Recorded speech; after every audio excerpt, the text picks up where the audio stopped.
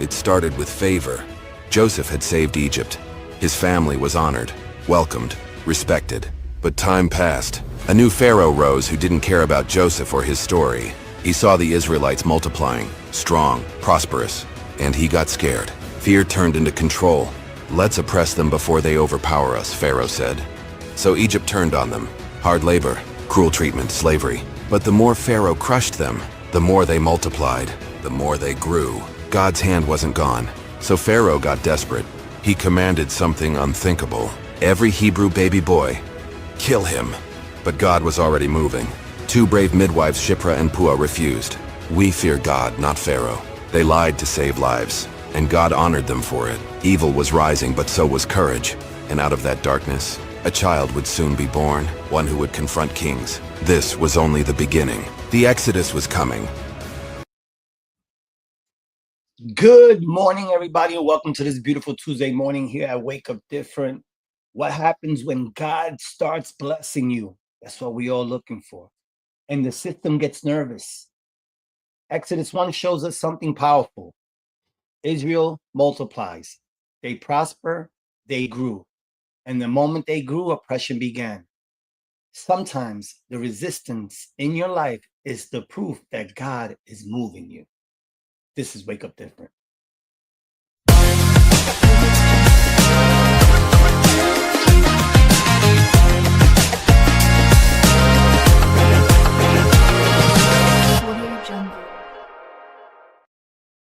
Well, good morning and welcome to Wake Up Different Podcast. This is your host, Jose, and this is my co-host, Noel. And one thing I forgot to bring to this morning is my glasses. I forgot my glasses this morning.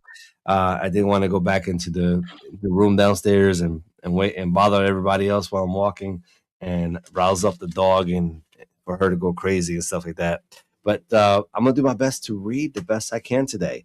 Well, welcome to Wake Up Different Podcast. This is your host again, and this is my co-host, Noel. Thank you for the introduction. And yes, we're in it right now. We are in Exodus, Noel. Are you excited for the 24th week of our Bible study? Yes, sir. How excited are you? I mean, are you really Very excited? excited to start a new book, a different story. A great book. And I want to do a shout out for my brother Mike. Thank you, Mike. Thank you, Mike, for supporting us. Yes, thanks, Mike. Financially. I'm putting you out there, and you probably didn't want me to do that, but thank you for your financial support to keep the podcast going, because it does take money and finances besides time to do this. So I really, really appreciate that. And I am going to let people know that without your help, we would not have been able to continue broadcasting the way we've been broadcasting. Yeah, so took us to another level. And if Noel, anybody you want to incite that they may want to do that, support us. You know what? I should bring that up. I should send a message to my fellas, to my Feed the Homeless community. This is another chapter from that. I don't think that, that's the only thing we could do is to help and do God's work. Yep, that's correct. I appreciate that. So anybody, if you listen, any dollars, anything you got in your heart, if you want to participate with us, because we are growing, our studies are growing, but we really want to provide you with a complete package. We don't just want to do these little videos and stuff like that. This teaching is awesome, but we want these teachings to go out to people so that when they see it right away, they just want to listen to it. They want to plug into it. And because God's going to work in their life. I know that God's going to work on their life. And I'm sure we don't really need money or anything like that to really do stuff. But unfortunately, it takes finances to do the work that's being done. So if you're able to help us, you could just ask with DM, hey, how can I help? Whatever, like Mike, he zelled us. Thank you, Mike. Without even asking. Thank you, bro. Did it. I really, really appreciate that. So I figured I'd say, you know what? Let me ask. I know God provides no matter what. But anyway, thank you for the introduction. We're going into Exodus chapter 1, and this is how we're going to do it. We're going to read Exodus chapter 1, verses 1 through 7. Then we're going to read Exodus chapter 1, verses 8 to 14. Then we will read Exodus chapter 1, verses 15 to 22. I'm going to go ahead and cover Exodus 1 through 7, Noel, and then you're going to cover Exodus 1 verses 8 through 14. All right. And then I'll go back to 15:22. And the way we're going to do is we're going to do, as I do Exodus 1 through 7, I'm going to teach the word on those verses. And then once I'm done with that section, you go ahead and read Exodus chapter 1, verses 8 to 14. Then after you're done, I'll do the next teaching. There are some questions that I have for you. And these are the questions that you're going to be thinking about yourself as you're listening to us as well. So I hope that you guys are ready to roll. So guys, we are here. We are ready. This is Exodus. This is the story for all of us. The reason why it's a story for all of us is because, and my dog's crying. I'm sorry. And the story is for us because, hey, we all have a story of Exodus. Like, we've all been, if you have Jesus Christ in your life, we've all been delivered, okay? We've all been delivered. So let's get into the story. Let's get into the word. Let's make this happen. And I think I'm going to have to do, because I didn't bring my glasses up here. So I'm going to have to read my Bible from my phone. So bear with me when I do that. Anyway, let's go. Much better. Much better. Okay. So these are the names of the sons of Israel who came to Egypt with Jacob, each with his household: Reuben, Simeon, Levi, Judah, Issachar, Zebulun, and Benjamin, Dan and Naphtali, Gad and Asher. All the descendants of Jacob were 70 persons. Joseph was already in Egypt. Then Joseph died, and all his brothers, and all that generation. But the people of Israel were fruitful and increased greatly. They multiplied and grew exceedingly strong, so that the land was filled with them. So, out of 70 people, Noel, 70 people, these people started multiplying into definitely over 1 million people. Wow. Imagine 70 people. They all related. They're all related, but 70 people are multiplied to over 1 million people. And I think it's more than that. Okay. In a small town of Goshen, which belonged to Egypt. And these are the folks that, remember the Pharaoh that before he died and Joseph died, they were taking care of the livestock, their own livestock, and the livestock of Egypt. Because the rest of Egypt were agriculturally type of people, okay? So here we see that God utilized this I could say this salvation when Joseph saved his people from the famine. He utilized this time, right? They utilized this time to thank you for those that are joining us. We got people joining us left and right. Just want to let you know that, Noel. Thank you for you guys joining us. Craig, thank you for joining us. God bless you, brother, up there in Boston, my boy, Boston. All right. So here we got these people are just multiplying in power. But there's a new king who did not know Joseph. Okay. This is powerful, right? The reason why this is powerful, okay, there's a memory of the memory of their deliverance, of Egypt's deliverance, has faded. Like, don't you remember it was Joseph, a Hebrew, who was a slave, who was now a governor over these many, many years ago, that saved Egypt and saved the rest of the world? How can you forget what this man has done and then turn around and want to mistreat his family? All they're doing is growing. All they're doing is multiplying, and they're actually supporting the ecosystem of livestock in Egypt. Because I want you guys to understand, as I read the scriptures, you got to put yourself in this situation. You got to put yourself, like, who's the audience that Moses is writing to when he wrote this, when God inspired Moses to write this? What was going on? So Moses, and then by being led by the Holy Spirit, is trying to explain to the people of Israel what has happened and why are we here today in that moment in time when he wrote it. When a generation forgets what God has done, culture fills the vacuum.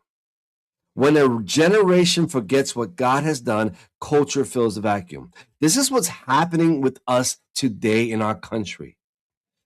Because our nation was founded on godly biblical principles.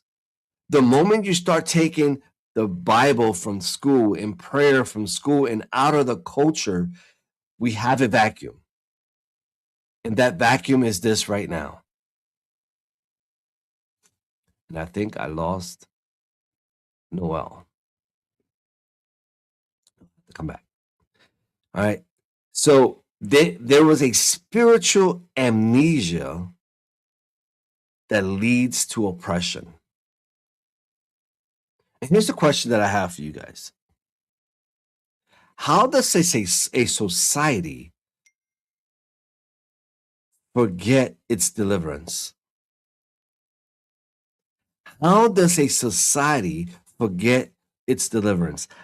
Remember, when the U.S. was founded, right, on these biblical principles, the fathers of this nation was escaping a tyranny, a kingdom that was trying to oppress its nation.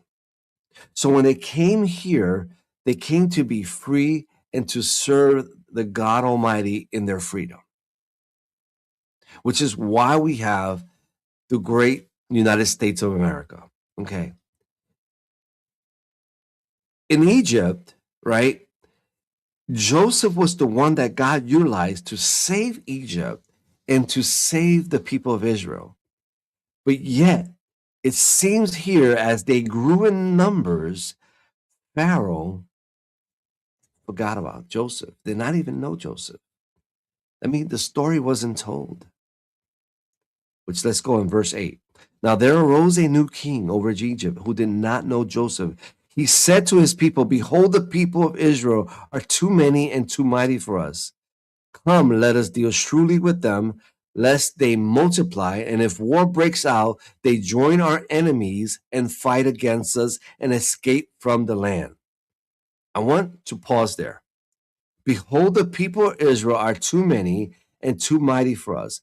Come, let us deal shrewdly with them, lest they multiply. And if war breaks out, they join our enemies and fight against us and escape from the land. There was a couple of concerns that Pharaoh had. Number one, they seemed to be starting to outnumber the people of Egypt. I don't think they did, but they seemed to scale in that way. And he says, at the rate that they're going right now, before they know it, they'll take over us. Okay? Because these were hardworking folks and they understood the principles of procreation and who God was. But here's the thing. Not only was he concerned about them growing, he was concerned that eventually they'll join with other nations, right, to destroy the nation in Egypt. Isn't that something that's similarly being concerned for our nation today? That we have the enemy within, that numbers are maybe multiplying because they're trying to take over this nation. I mean, so the idea the Pharaoh had is no different than the idea that is being thought about today in our present government and many people's thoughts. Just think about that, okay? But Pharaoh is not only worried about that they will outgrow them in number, he also was concerned that if they outgrow them and join the enemies and fight us, that they will escape from that land. See, he had no problem with them being in the land because they served their needs. He just didn't want them to outgrow them, fight them, destroy Egypt, and then leave.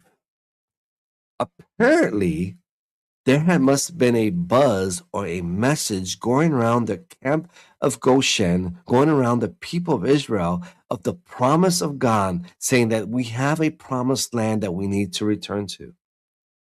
We have a promised land that we need to return to, a promise that was given to Abraham, a promise that was given to Isaac, a promise that was given to Jacob, a promise that was given to the 12 tribes of Israel, a promise that Joseph said that when you go back home, you take my bones and take me back. So they had that promise within them. They just didn't have a leader to lead them out because they were comfortable in their growth. They were comfortable in the stuff that God has provided them in that land, but God's saying, no, it's time to go. But they never got up and go. So now comes the oppressor. Now comes a leader that God allows to be empowered, and that God allows him to forget the promises and the deliverance that Joseph provided, and brings these thoughts into this mind, his own selfish thoughts of a king.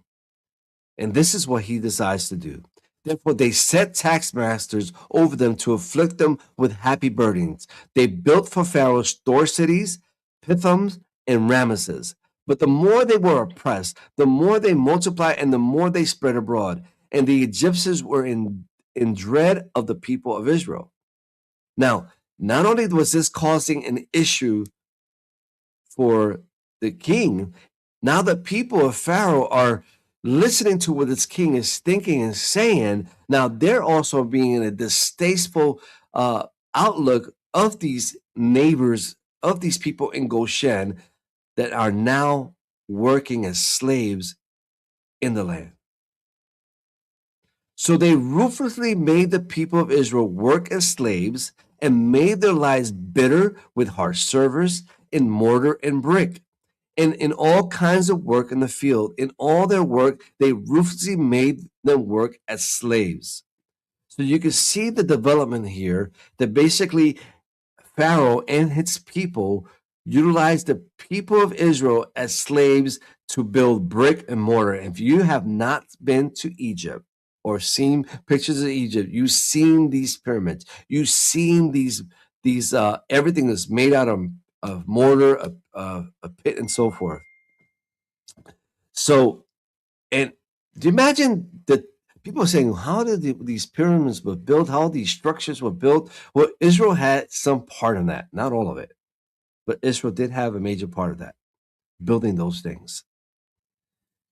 And in verse 15, it says, then King Egypt said to Hebrew midwives, one of whom who named Shiphrah and the other Puah, when you serve as a midwife to the Hebrew woman and see them on the birth stool, if it is a son, you shall kill him.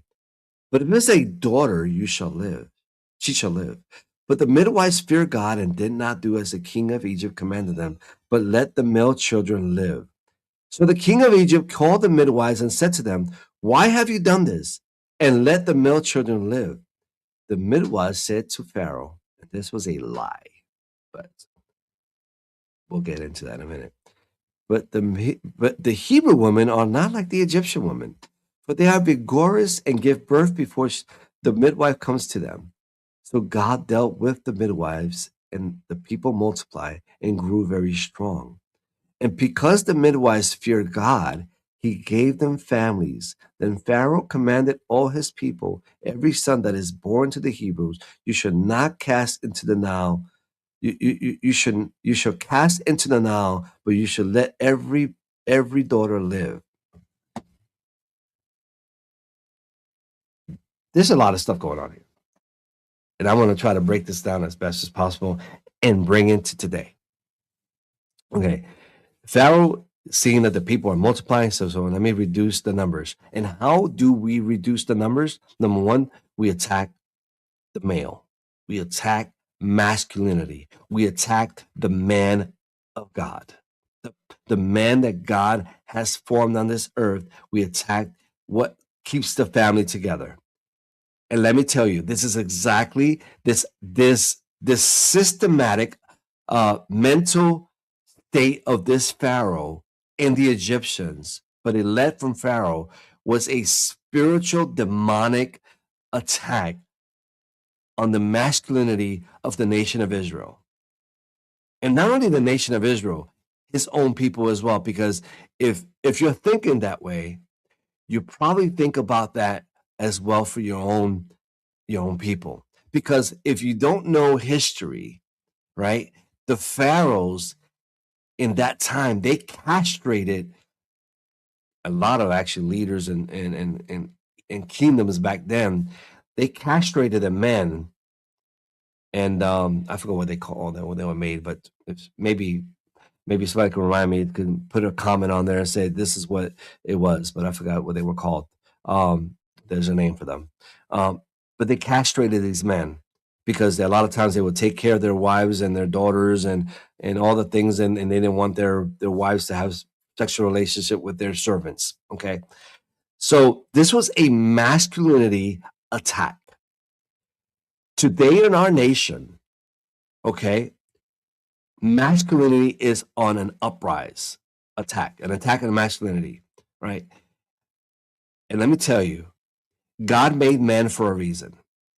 God made fathers for a reason. See, men, we carry the seed. We carry the very gift that continues to keep giving. We got the seed in ourselves that continue to multiply. Now, keep in mind, Pharaoh did not have a problem with the daughters, because in their thoughts was, well, the women eventually will have our children. But apparently they don't understand how the Jewish way works. What makes a child Jewish is not of the father, even though he carries the seed, it's the mother. Because remember, it's the mother, Mary, that bore the Son of God who takes away the sins of the world. This was an attack not only on masculinity, it was an attack to prevent the coming Messiah.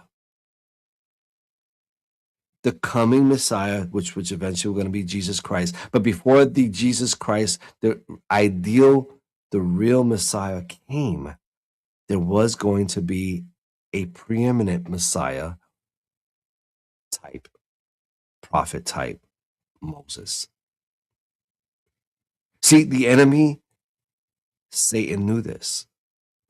Satan knows the plans that God has. And Cuzzo is back. Got you back, Cuzzo. Me too. You hear me? Yeah, I hear you very well. So Noel, the Pharaoh was killing the male boys and trying to take them out of their system. But when he gave this order to the midwives, check this out, the midwives feared God, number one. They knew God. They knew of God. They had a fear for God. So they, even though it was a command by a government official, a king, they did not do what the king said. Because what the king was telling them to do was definitely contrary to what God expect them to do. So they lied. Now, does God say we are to lie? No. But the reason why they lied was because of fear of God, was to hide the truth from someone that did not honor God. So sometimes God would allow us to be wise like serpents, because serpents are very deceitful. To be wise like serpent, not to tell somebody something. It's, for instance, let's say you are out there in the mission field, Noel, and you're out there bringing Bibles in the underground church, right? And providing food in the underground church. And a Chinese official stops you and says, hey, what do you have there? I'm in trouble. I have children's books. Yeah, and they're in Spanish because I'm teaching Spanish to these Chinese people. Do you want to learn Spanish? And then the person's like, oh, really? Is that what you're doing? Yeah. Oh, I thought you were giving out Bibles. No. This is just Spanish books. You lied because you're preventing them from realizing that you're doing something for God. Because you know that their laws is you cannot be providing Bibles to them. Okay. And there's a lot of countries that don't allow the Bible. Okay. So that's just an example that these midwives stood on, and they did not do what they were supposed to do. Now, here's the other thing. Not only were they, just like this culture today has been trying to destroy masculinity, uh, he told them to kill the boys when they were born. If it's a female, you let them live. If it's a male, if you see as a male, immediately you kill Why? them Why would he want to do that? Why the male? because they can't produce. So he just he didn't want production. They didn't want production. Now, guess what? Doesn't want production. This culture that has walked away from God doesn't want reproduction, especially reproduction of colored folk. Because when abortion was instituted here and pushed upon in the United States of America, Say it. it was placed in what we call considered poverty areas or the ghetto, the black community, the Hispanic community. Yeah, it was for us to get rid of us. It was to get rid of it. They didn't care about male or female. Just if they don't want a baby, we don't want to take care of them. That's what they thought. We can help them take care of them, which our welfare system is broken, and I'm sure we take care of more what we have to take care of. Okay, and because if at least let's keep them on the welfare state so that they have no empowerment within themselves to be the very men and women that God has called them to be. So let the government take care of them. So if the government wants to take care of you, what they want to do is not take care of you by having you being aborted. Yeah. Because it is the government that provides Planned Parenthood the finances to get this done. Much like it was the finances of Egypt that provided the finances to these midwives to do the very jobs that they perform. Do you see what I'm saying? Do you see the connection here? Yeah. So this is a diabolical movement in the spirit realm of Satan. This is the work of demons. And what's happening in our nation today is no different than what's happening back then. They did not want to let the less, I could say the poor people, these poor shepherds, these poor animal farmers, these disgusting people, they smell all the time. We don't want them to continue to grow. We want them to continue to work for us. We want them to take care of our stuff. I want you to still build houses for us. I still want you to work at the hotel. I still want you to clean the toilets in the bathrooms and in where we live at, where we sleep at, where we take a dump at. We still want that. We want you to take care of our little children, while we make the millions, but you're not going to get papers. You'll continue to be an illegal migrant. You still be our slave.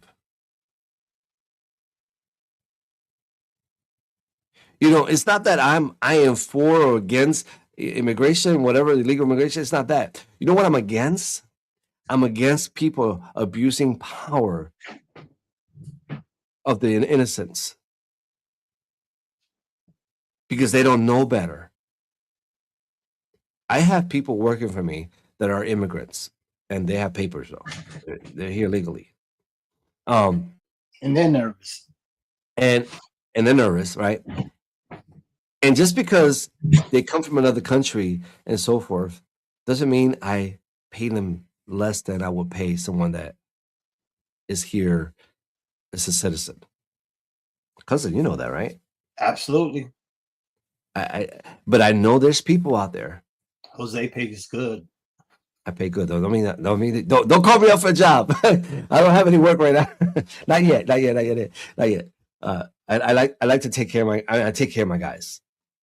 Yes, Not only with that, I've called you and you've been at dinners, lunches, yes, with them and stuff like that. Right. Exactly.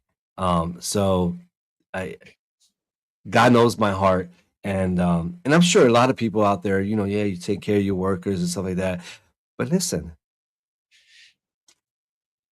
Just like what Pharaoh was doing here, that same spirit, unfortunately, is in our government as well. They want to destroy, first of all, our manhood. We as men. There is a false teaching that has entered into our church, right? That came through the movement of feminism and has destroyed the ideology of what is the position of women in the body of Christ.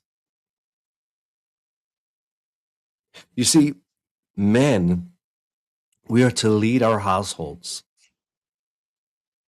Men, we are to serve our families. And our women are supposed to serve your husband, serve the man in your life, the man of God.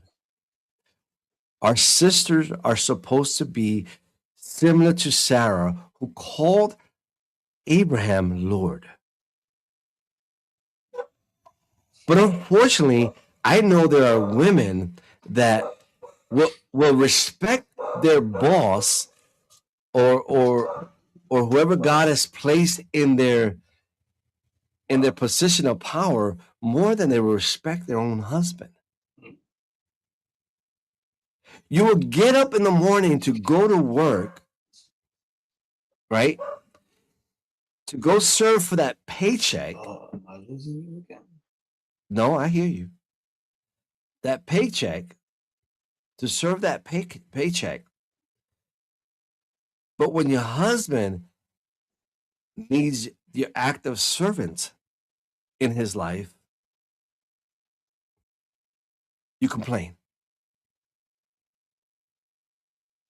You take things upon him. You tear him down. Some women have gotten to the point, Noel, that not only are they tearing their men down, they're being physical and hitting the men.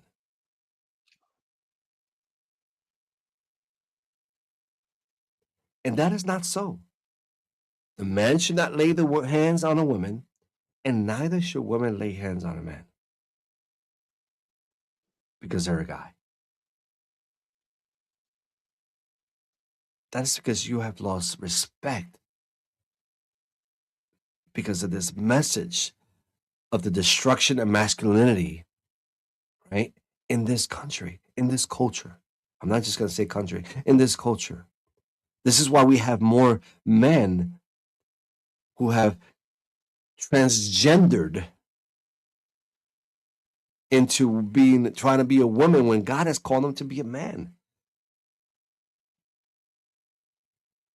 That is why the feminist is quiet about this whole situation.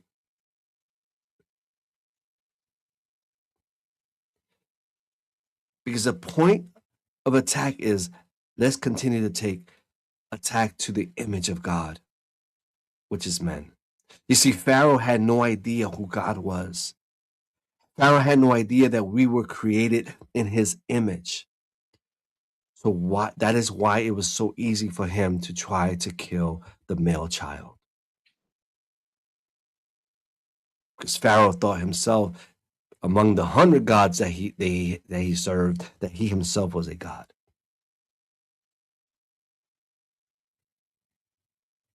So when we read the book of Exodus, this is a historical book.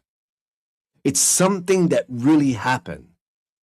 But like I've said before on this podcast, Noel, history tends to repeat itself. The ideas and the thoughts of men continue to repeat themselves because we are dealing with the same demonic enemy, which is Satan. He has not changed. He is the same enemy. He is the enemy right now of this of the church. And the less men of God that can be produced in this world, in this nature, in this culture, the more damage he can do. So this is why I tell men, and this is important to women, honor the man that God has placed in your life. Pray for the man that God has placed in your life. Serve the man that God has placed in your life. It's important. And I say this to the man, man, love the wife that God has given you. Provide for the wife that God has given you. Be the man, be the leader, be the father that God has called you to be. Read the word of God in the household. Speak the word of God to your children. And not only speak it, live it. Let them see day by day that you're living the word of God every day before your children and before your wife. That they are without excuse. That when they are in their flesh or when they're being trying to be oppressed by demonic forces, that they recognize and saying, "Get thee behind me, Satan." You know, that they recognize that this attitude that they have of a woman, that they're blaming hormones. And I'm not saying hormones don't do these things to women, but when they allow the hormones to be infiltrated not only through their physical body, but also by spiritual demonic forces that are oppressing you, and you lash it out on your husband, do you know the damage that you're doing to your household? If you take down the man in your house, you're taking down the house with you. And that's not what I say. That's what the word of God says. A wise woman raises a house. These midwives were wise women because they feared God. They did not fear the culture. They did not fear what other people thought about them.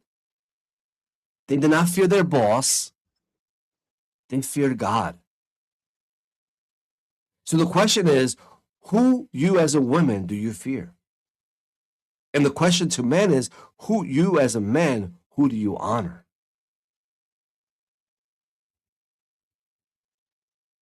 You're probably saying, man, we're talking about exes. What are we talking about? Marriage and masculinity and all and abortion. Because that's exactly what's happening here.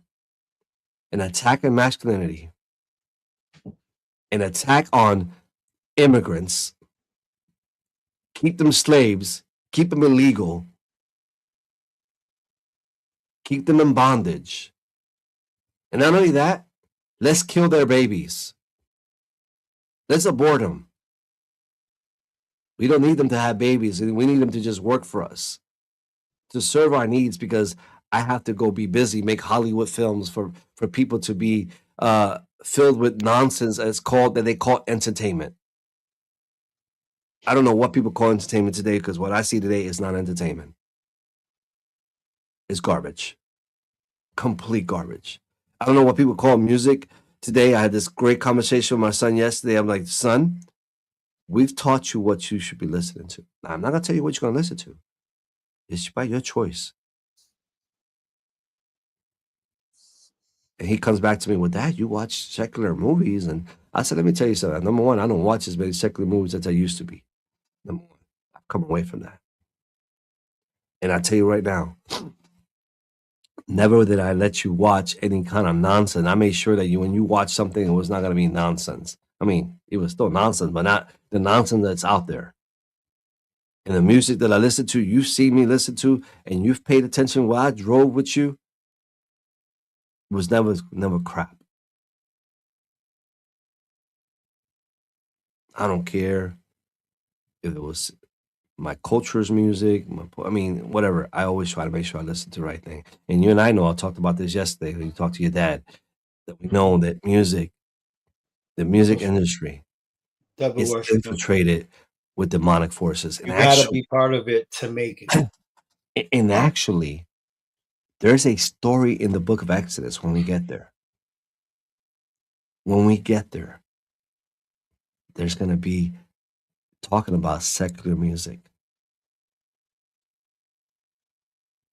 What God considers secular music. It's in the book of Exodus. Just like right now we're talking about the death of babies. It's not a fetus. These are babies that we're aborting. Not fetuses, not a clump of cells. There's a living soul in the womb of a woman. The moment there's a heartbeat, there's a living soul there. And that image is of God. And every man, every male child is a reflection of the glory of our Father.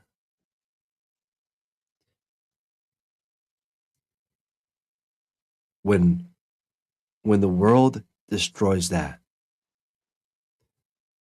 you're trying to destroy the very thing that God said that he saw it and saw that it was good.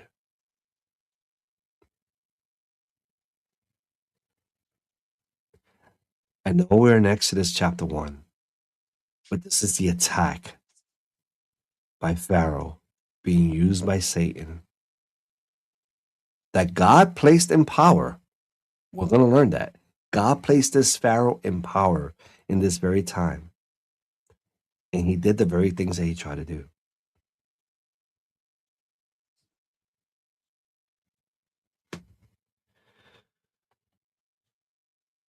That is today's word for the day. Don't know. Noel, put some music in the background. Can I try to do that? I don't know if I can do that. It's not working for me. Yeah. You froze on my end. I froze on your end? Yeah, I know. I'm you're trying back. to. No, I'm there. Every time I switch my screen on here. Anyway, I hope this message spoke to us today. I hope you understand what I'm trying to get with here. The story of Exodus is powerful. It's just amazing. Let us just keep the daughter alive. That's how it ends that chapter.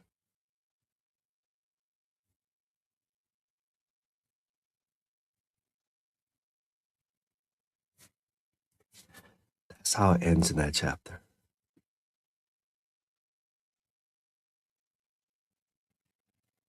At least Pharaoh recognized two genders,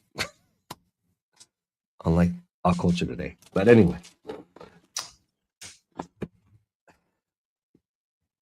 Noel, any final words? You want me to say some final words? Yes. Yeah, no. Speak on what you just heard, brother.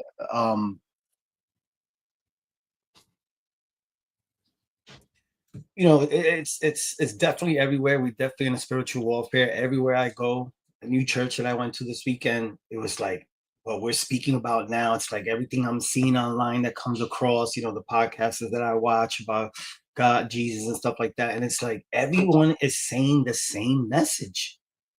Everybody's like on the same page in sync from 3 hours away to here to you're 5 hours away, 6 hours to Mike in Jersey. We all hearing the same message. So if you're not listening, that's a problem because you're not being aware. Just like people right now are not. I can't believe people have no idea what's going on with Iran. Like I tried to speak to someone yesterday. They were like, "What do you mean? What do you mean? What I mean?" Like some people are so into this matrix, so much into what was it that something ultra back in the day? I'm sorry, I'm forgetting the name. What they did to the humans is experimenting, MK Ultra, whatever. Hollywood, all of this. Look at Shia LaBeouf. We were talking about him earlier. I had a question about him, you know, and stuff like that. But it's everywhere, guys, and revive. He's coming. He's definitely coming. I'm almost 50, and I'm gonna tell you right now, I've never felt this way. I've never heard the message this way. I've never seen so many things going on so fast. I mean, we were in a war with when Bush set it on Saddam. How long was that war, Jose? It was over 10 years, right?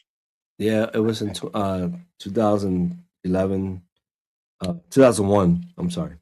Yeah, 2001. To what? 11, 12? Something like that. Yeah. This, you know, we with the assistance of Israel and other countries knocked out 50 of their number one guys in the first 3 days. Like, you know, no president has done things like this. Sank all their ships, you know, and people don't know this is going on. They're clueless. People, I don't know if it's real. Somebody put a video of a missile going over Miami.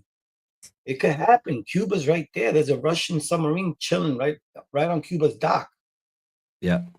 You know, And it's right there. And that was a fact that probably won't tell you anyway. They're not telling you, but it's right there. They can hit Miami in split of a second. It's gone. That's And more. But they're not talking about it because everybody will go nuts. Everybody has to dig in. This is all goes back to what we're learning right now in the Bible. You know, there's plenty of stories in the Bible that talk about disasters like this, wars and stuff like that. And it's not let's not point the fingers. Let's just get it done.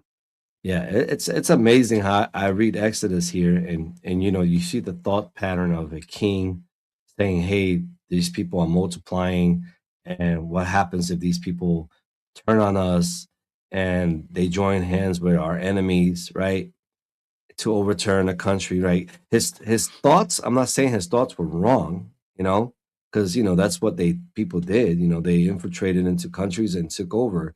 So that same systematic mentality, right? It's here in our country. You know, we got the Muslims that are multiplying in numbers, and they don't care if the infidel is aborting their babies, right? They don't care They push if for that. They vote for that, but they won't do that themselves. They won't do that themselves, guys. Think about this. The Muslims will vote left. Again, I don't want to get into it, but they vote that way, which is what pushes all these agendas, but they won't do it themselves. Yep. Let that one sink in, guys. Let that one sink in. So that they could take over. And there, as you can see, the mayor of New York City, I'm disgusted. Mecca, right? The one that got shot down by these folks. You know, the 24 years ago, they knock out buildings. And now you have a mayor, and they got the Quran being read from at their breakfasts and meals and stuff like that. So Irish cops, you saw Irish cops reading it. What is going on here for the check? You need to wake up. Good job, people. We need to wake up. We need to wake up.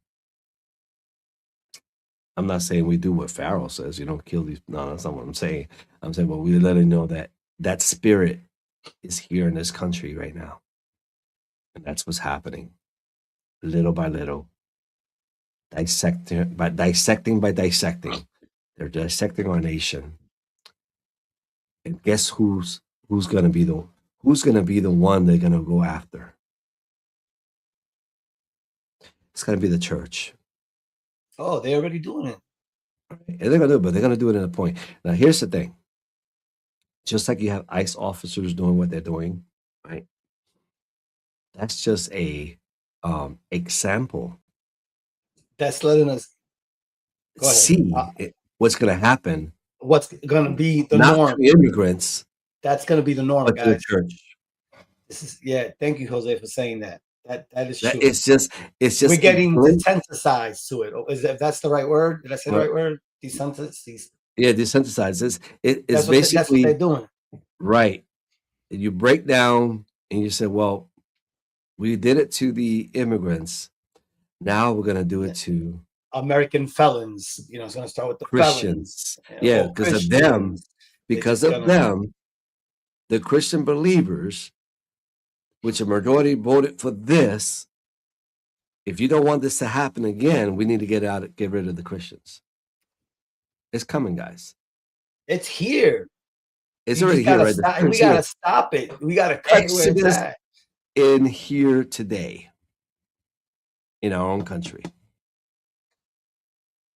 Look at Texas, Austin, Texas. I bet you half of you don't know. They let me ask you, how many people are procreating in the church? There's babies in the church I went to yesterday. A lot of babies were crying. We need to be having babies, guys. We need to be growing up. We need to have children. Sex up, guys. I did my work for society. I got 3. I wish I was young enough. I'll probably have more kids than my wife. Oh, my Lord. I will have 10 more. Do dogs count? The dogs don't count. This is what the problem is today. We want to have dogs. People want to have, what is it with that? Dog ain't gonna preach the gospel, guys. So you need to get married, get busy, enjoy the sex that God has given us as a gift, and have children, godly children. Because that's what the enemy's doing on the other side. So be ready. Anyway, take care. God bless. Enjoy your Tuesday. This is the 24th week, second day of the 24th week. Chapter Mhm. 1 of Exodus. Tomorrow we go Exodus chapter 2. Let's see what's going to be there tomorrow. Take care. God bless. Later, guys. Peace.